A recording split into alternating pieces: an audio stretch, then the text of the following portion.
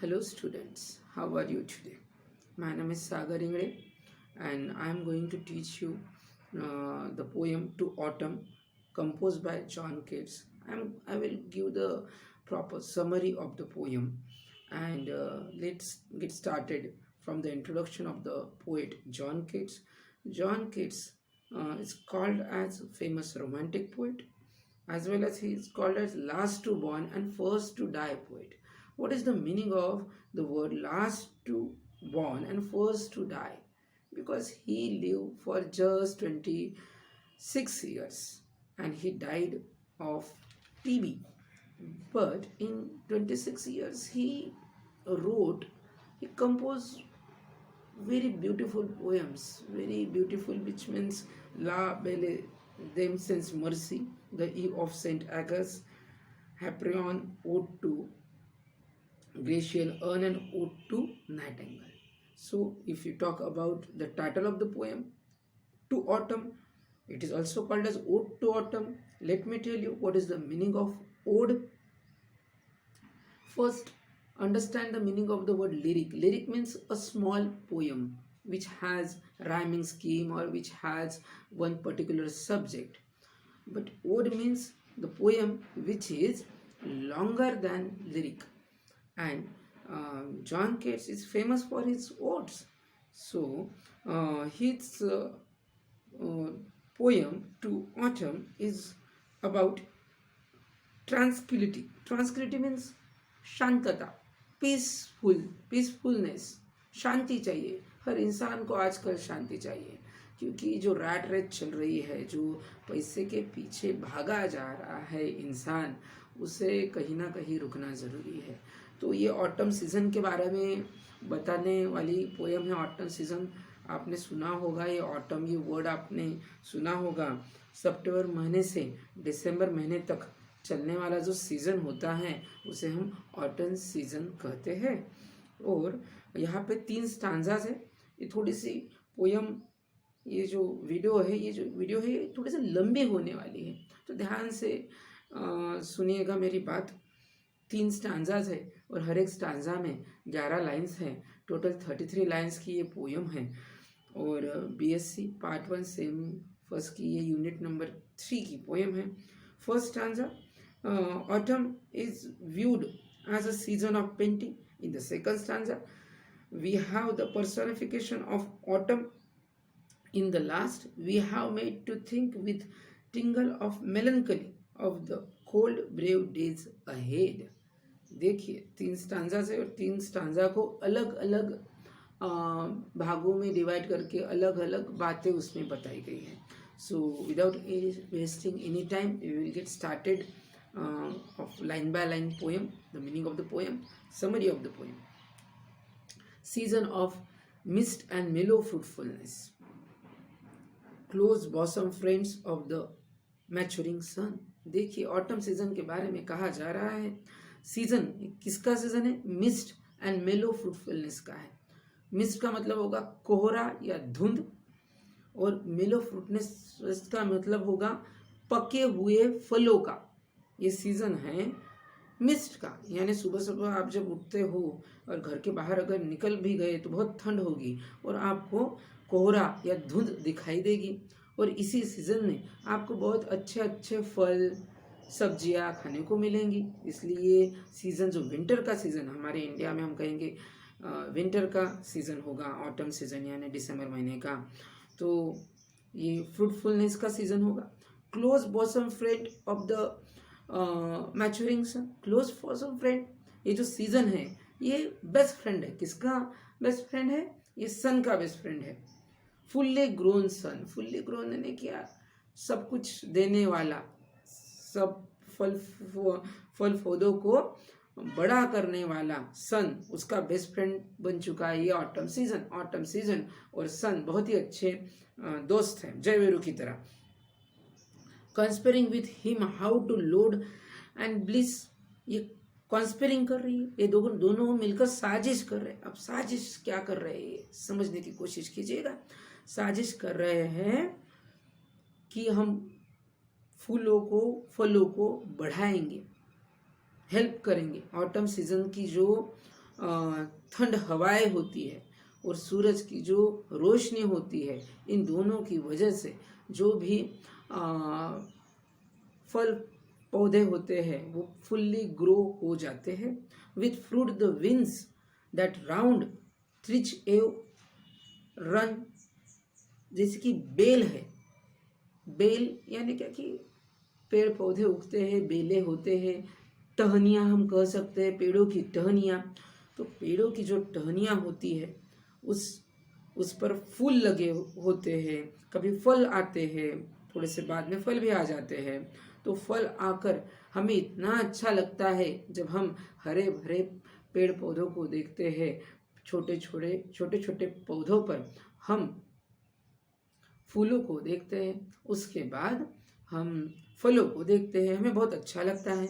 To bend with apples the mossed cottage trees यानी जो word है कॉटेज ट्रीज यानी कि जंगलों में बनाया गया लकड़ी का छोटा सा घर, उसे हम कहेंगे कॉटेज ट्रीज। उस कॉटेज ट्रीज के बगल में ही कुछ अगर सफरचंद या हम कहेंगे एप्पल्स के जो पेड़ होते हैं वो बेंड हो जाते हैं। एप्पल के पेड़ ऑटम के सीजन में क्यों बेंड हो जाते हैं? क्योंकि ऑटम के सीजन में ही अच्छे अच्छे सेब, यानी कि मराठी में कहे तो सफरचंद और इंग्लिश में एप्पल आ जाते हैं और उससे एक प्रकार का एटमॉस्फेयर ही बदल जाता है उन पेड़ों को देखकर, उस एप्पल्स को देखकर। And fill all fruits with ripeness to the core. Ripeness to the core का मतलब है कि अंदर तक, कोर का मतलब है डीप तक जाना। किसी भी फ्रूट के डीप तक जाने के लिए हम कहेंगे कोर, उसके कोर तक मैं पहुंच गया। तो रिपनेसनेस होता है, वो फलते हैं, फूलते हैं, बड़े होते हैं। उस बड़े होने का समय जो होता है वो ऑटम सीजन ही होता है। To swell the ground and pump the hazel shell. Grounds का मतलब है vegetable likely gourds, pumpkin, zucchini et cetera. बहुत सारे फल एप्पल के साथ साथ ही पम्पकिन और बहुत सारे फल फूलते हैं, हमें बहुत अच्छा लगता है। पंप का मतलब यहाँ पे होगा टू फील आउट, फैटन, बड़े हो जाते हैं, ये एडजेक्टिव का प्रयोग करता है यहाँ पे। और यहाँ पे मैं एक बात दोहराना चाहूँगा, बताना चाहूँगा कि जॉन केट्स ने इस पोएम में बहुत सारे ऐसे वर्ड्स का इस्तेमाल किया है कि उस वर्ड्स को आपको बार बार डिक्शनरी में ढूंढना पड़ेगा, गूगल पर सर्च करना पड़ेगा। हेजल शेल, हेजल का मतलब होगा plant producing hazel nuts. Hazel नाम का एक फ्रूट होता है, हेजल जैसे एप्पल आता है वैसे हेजल भी यहाँ पे हमें ऑटम सीजन में मिल जाएगा। With a sweet kernel to set bending more. Kernel का मतलब यहाँ पे होगा कि यह भी एक स्वीट करनाल है, गिरी बोलते हैं हिंदी में उसको। जैसे कि स्वीट कुछ पके हुए फल के बारे में यहाँ पे बताया गया है। And still more later flowers for the bees until they think warm days will never cease. For summer has over bloomed their clammy cells. यहाँ पे देखिए बीज के बारे में कहा गया है। बीज यानी कि मधुमक्खियाँ। मधुमक्खियाँ को कौन अट्रैक्ट कर रहा है? मधुमक्खियों को बहुत सारे अलग अलग रंगों के फूल अट्रैक्ट कर रहे हैं। उस वजह से मधुमक्खियाँ उस फूलों पर जाकर बैठती है, जो मध है, जो हनी है, उसको कलेक्ट करती है। उस कलेक्ट करने के बाद अपने छोटे छोटे क्लेमी सेल्स में, क्लेमी सेल्स यानी कि जो उनका हनी कोम्स होते हैं उसमें वो भर देती है। और उनको ऐसा लगता है कि ये ऑटम सीजन कभी ख़त्म होने वाला नहीं है, पर जल्दी ही ऑटम सीजन ख़त्म होता है और समर की थोड़ी सी ये तैयारी करती है। बीज यहाँ पे फर्स्ट स्टांजा खत्म होता है। थोड़ी सी लंबी होने वाली है वीडियो, ध्यान में रखिएगा। अब हम सेकंड स्टांजा की तरफ बढ़ेंगे।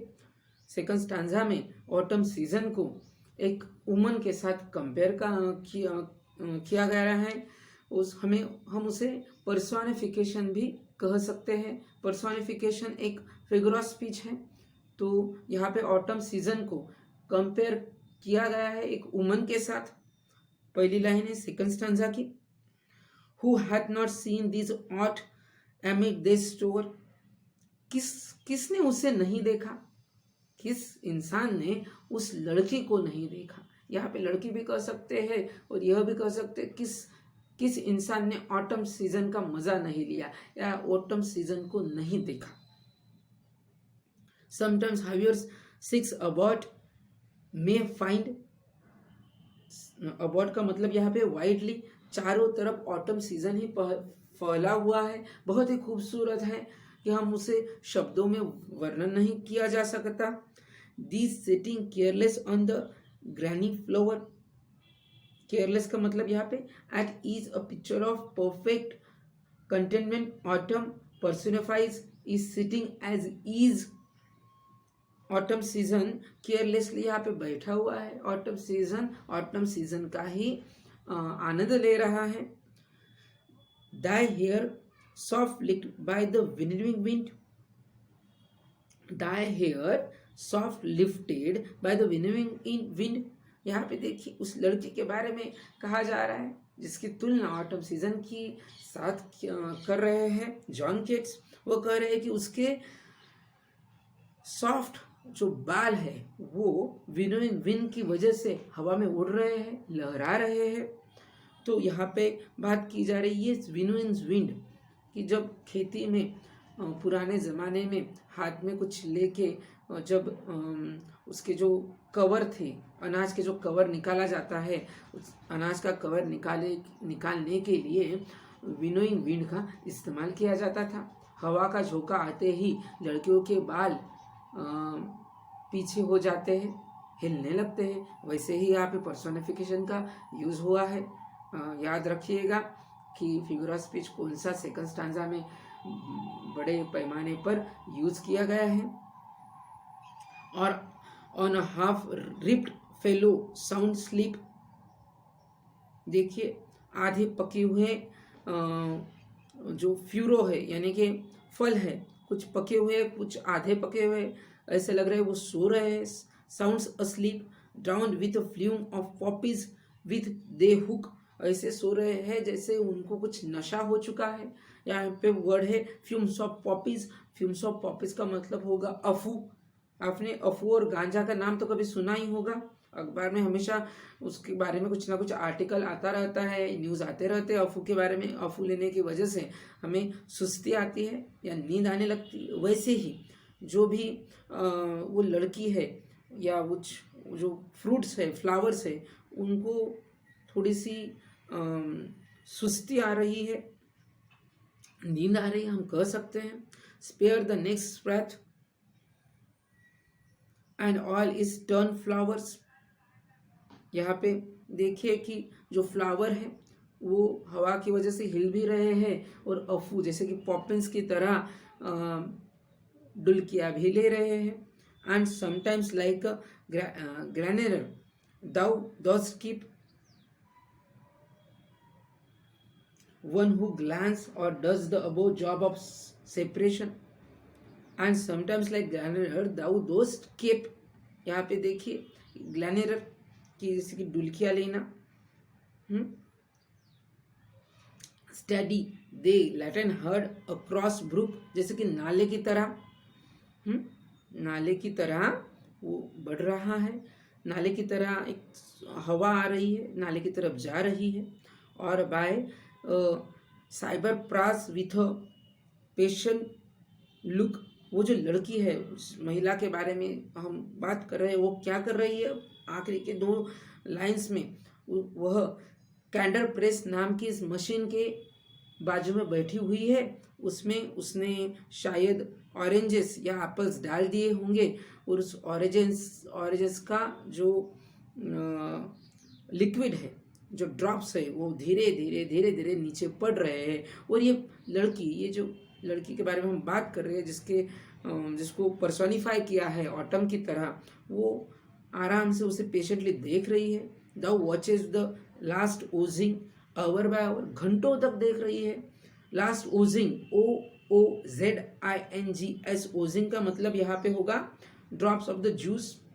और केडर प्रास का मतलब है an investment for squeezing juice out of apples. Apples क्योंकि हमने फर्स्ट स्टांजा में देखा कि एप्पल्स ग्रो कर रहे हैं, तो सेकंड स्टांजा में एप्पल लेकर एक लड़की, उस लड़की ने क्या किया, स्कैडर प्लास में वो एप्पल्स डाल दिए और आराम से बैठकर उसका जूस निकाल रही है और घंटों तक उस मशीन को देख रही है। यहाँ पे हमारा सेकंड स्टांजा खत्म होता है। अब हम आखिरी स्टांजा देखेंगे। Where are the song of the springs. देखिए अब फिर से हमें ऑटम सीजन की बहुत सारी अच्छाइयाँ बताई जा रही है जॉन केट्स के राइटिंग में। जॉन केट्स ऑटम सीजन को बहुत अच्छी तरीके से अप्रिशिएट कर रहे हैं, बहुत अच्छा समझ रहे हैं। वह कह रहे हैं कि where are the song of spring. Spring season का सॉन्ग कहाँ है? वेयर आर दे, गाने कहाँ बज रहे हैं? कुछ ना कुछ तो आवाज़ होनी चाहिए ना, कोई आवाज़ हो रही है या नहीं हो रही है?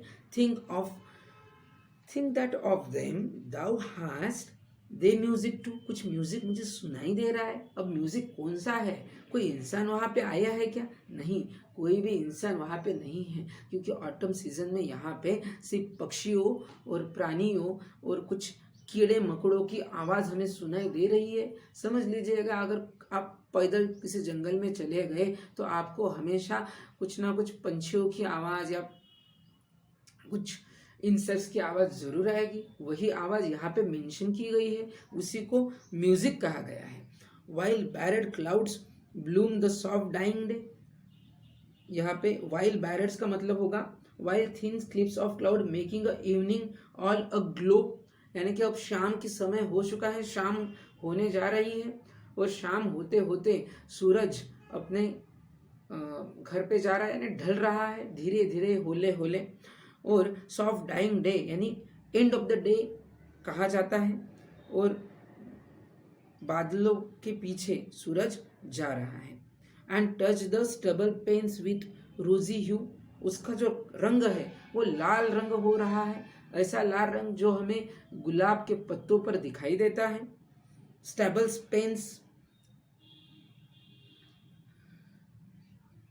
पेन्स का मतलब होगा the colour of the twilight impact a soft and red strings of the field from which crops have been reaped and where only stumps of green are left. यहाँ पे बताया गया है कि शाम इतनी सुहानी है कि हम उसको शाम का इंतज़ार करते हैं ऑटम सीजन में और बैठे बैठे उस सूर्यास्त का आनंद लेते हैं।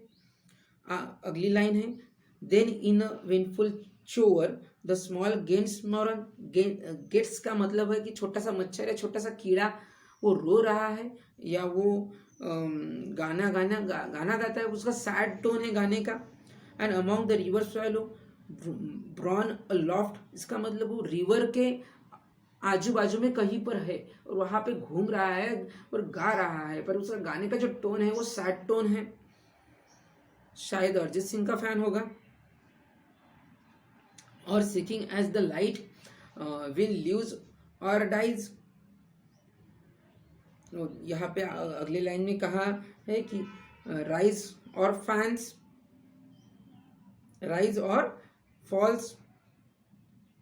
ल्यूज और राइज और फॉल्स, इसका मतलब है कि कभी कभी उसका जीना भी होता वही है और मर भी जाता है।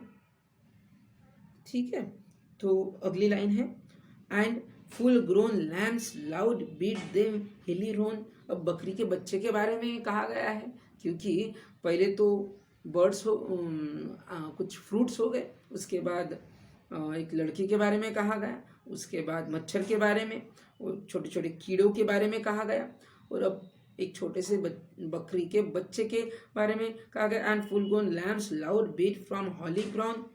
यहाँ पे कहा गया है कि वो बकरी का बच्चा चिल्ला रहा है, उसे शायद अपने माँ के पास जाना है, इसलिए वो चिल्ला रहा है ऑटम के सीजन में। और वो जो बकरी का बच्चा है वो शायद माउंटेन्स में होना चाहिए, कहीं खो गया होगा शायद। Hedge cricket sings and now with treble soft. अब एक और आवाज़ पोएट को सुनाई दे रही है, वो आवाज़ है हेजल क्रिकेट्स की। हेजल क्रिकेट यानी कि रात कीड़े हम बोलते हैं, ग्रीन कलर के छोटे छोटे कीड़े होते हैं, इंसेक्ट होते हैं और आवाज़ बहुत अजीब सी आवाज़ निकालते हैं। उन अजीब सी आवाज़ों को जॉन किट्स सुन रहा है।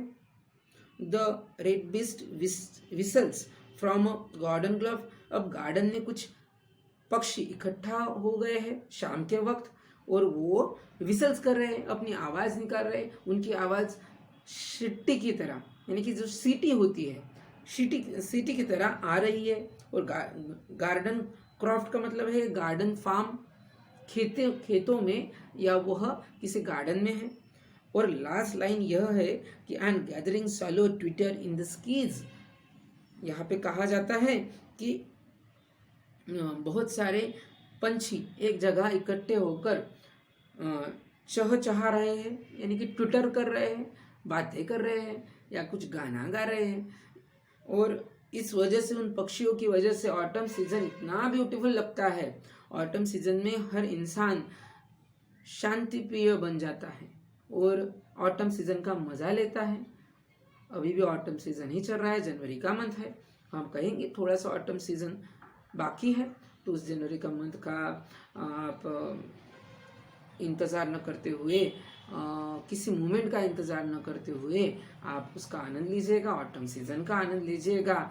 और यह वीडियो बार बार देखिएगा, क्योंकि ये जो पोयम है इतनी भी समझने के लिए आसान नहीं है। इसमें बहुत सारे ऐसे वर्ड्स है जिसका मीनिंग आपको डिक्शनरी में ढूंढना पड़ेगा। Thank you so much for listening me very carefully. Thank you.